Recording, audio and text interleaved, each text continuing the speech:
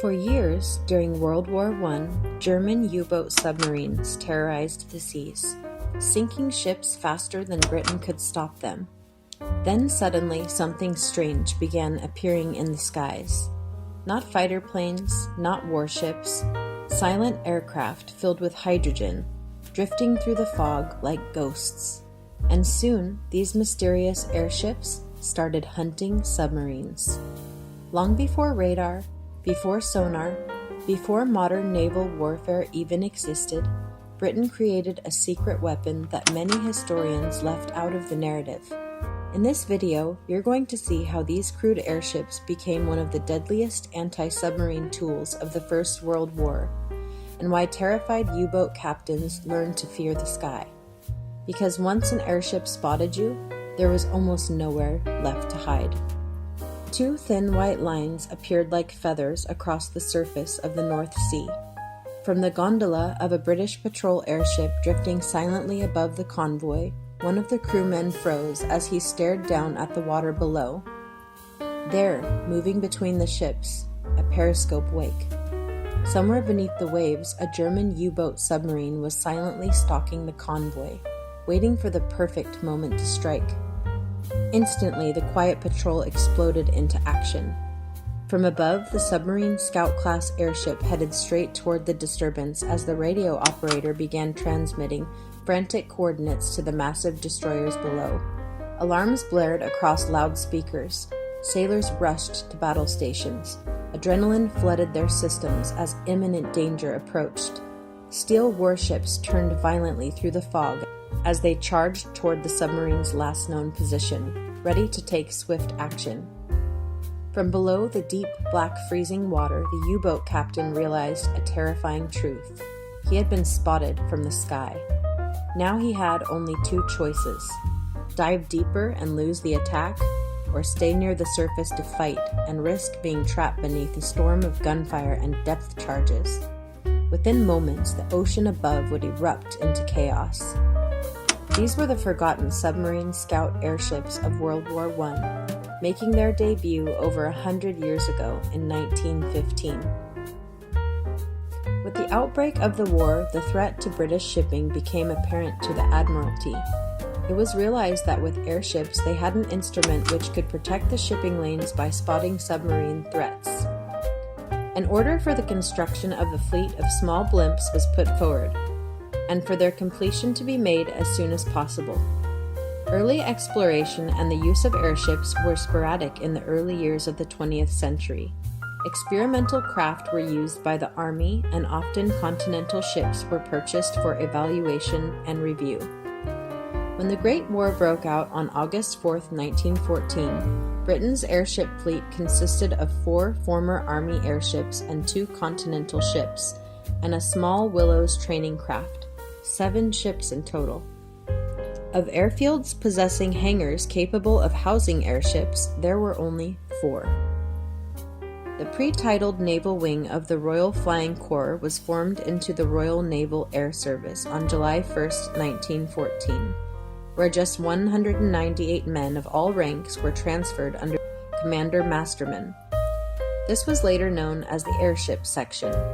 It was decided as hostiles grew worse in the latter part of 1914 that airships would be useful for fleet observations following the loss of many ships to submarines in the months of October and November. The first Sea Lord, Lord Fisher, realized that the situation had become critical and rapid short-term measures were required. In a meeting on February 28, 1915, he called Masterman, and representatives from Vickers and Airships Limited attended. A new smaller airship was required with the basic requirements that it should have a speed of between 40 and 50 miles per hour, carry a crew of 2, 160 pounds of bombs, wireless equipment, and fuel for 8 hours of flying. They should be able to reach an altitude of 5,000 feet, and their design should be simple in order to both ease production and facilitate the training of crews. The main requirement was that the new airship, designated the Submarine Scout class, had to be in the air within weeks rather than months. Evaluation tests on the first SS craft, the SS-2, were made in March of 1915. some 5 weeks after that first meeting. The ship was 70,000 cubic feet and 140 feet in length.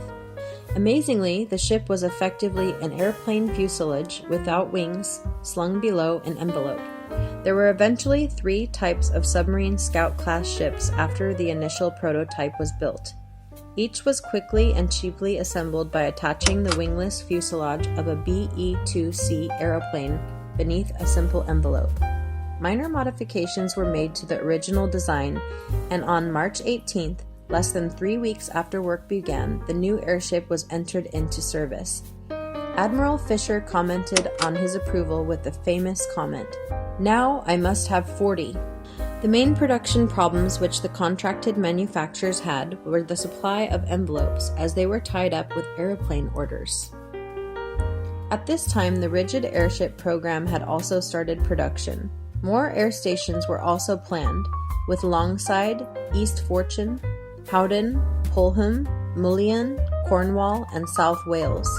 Together with those already commissioned, they were soon to provide a chain of bases strung around the coast from which airship patrols flew out regularly to combat submarines.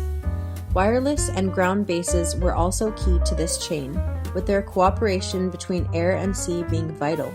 Patrolling airships were required to transmit their call sign every hour, enabling their positions to be tracked and plotted. It meant that an airship commander can call his exact position, when called for help, to the precise spot, a vital element in the anti-submarine strategy. As soon as the SS Airship program was rushed into operation in early 1915, the work of construction was transferred from the Farnborough facility to Kingsnorth, which was soon joined by a manufacturing center in Barrow and Wormwood Scrubs. At the same time, new air stations were set up at Capel, Polegate, Marquis, the French coast, Luce Bay in Scotland, and Ainsley. A new training station was set up in Cranwell.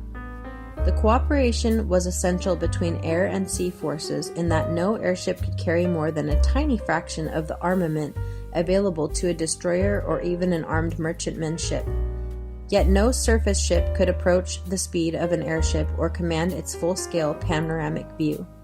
The airship's purpose was primarily to escort destroyer ships from above, trace and hunt down the submarines, then call for help. The advantage was that in the clear waters of the Mediterranean, a submerged enemy could often be seen at a depth of 20 fathoms or 120 feet, but in northern waters the direct detection was made more difficult. The advantage, though, was that the periscope moving through the water made a distinctive feather wake, and there were often signs which gave the presence of a submarine. Small amounts of oil frequently leaked and could be spotted as a trail on the surface of the water. Also, a damaged submarine would leak more and be easily spotted. The submarine scouts were so successful on coastal patrols that the Admiralty wanted bigger and better ships fast. 3 further classes, coastal, the Sea, and the North Sea class ships were developed, each having larger engines, envelopes, and crews than the previous class ships. The patrol duration also increased. Equipped with small bombs, these ships proved not only to be observers, but also active participants in the fleet's battles.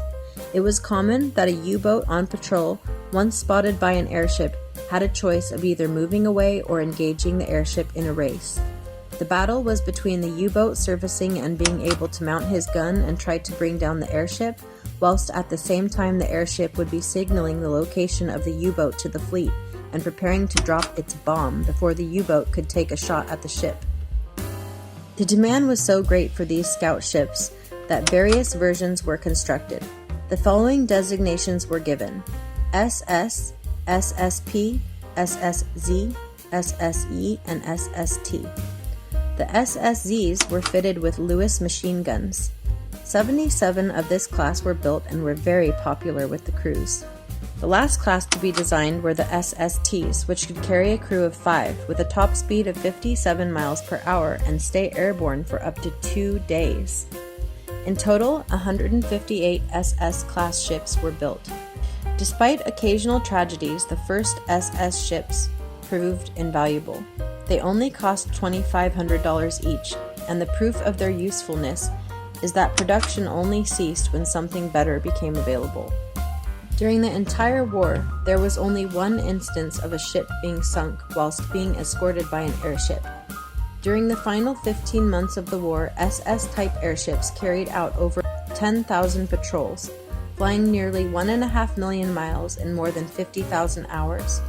A total of 49 U-boats were sighted, 27 of which were attacked from the air or by airships.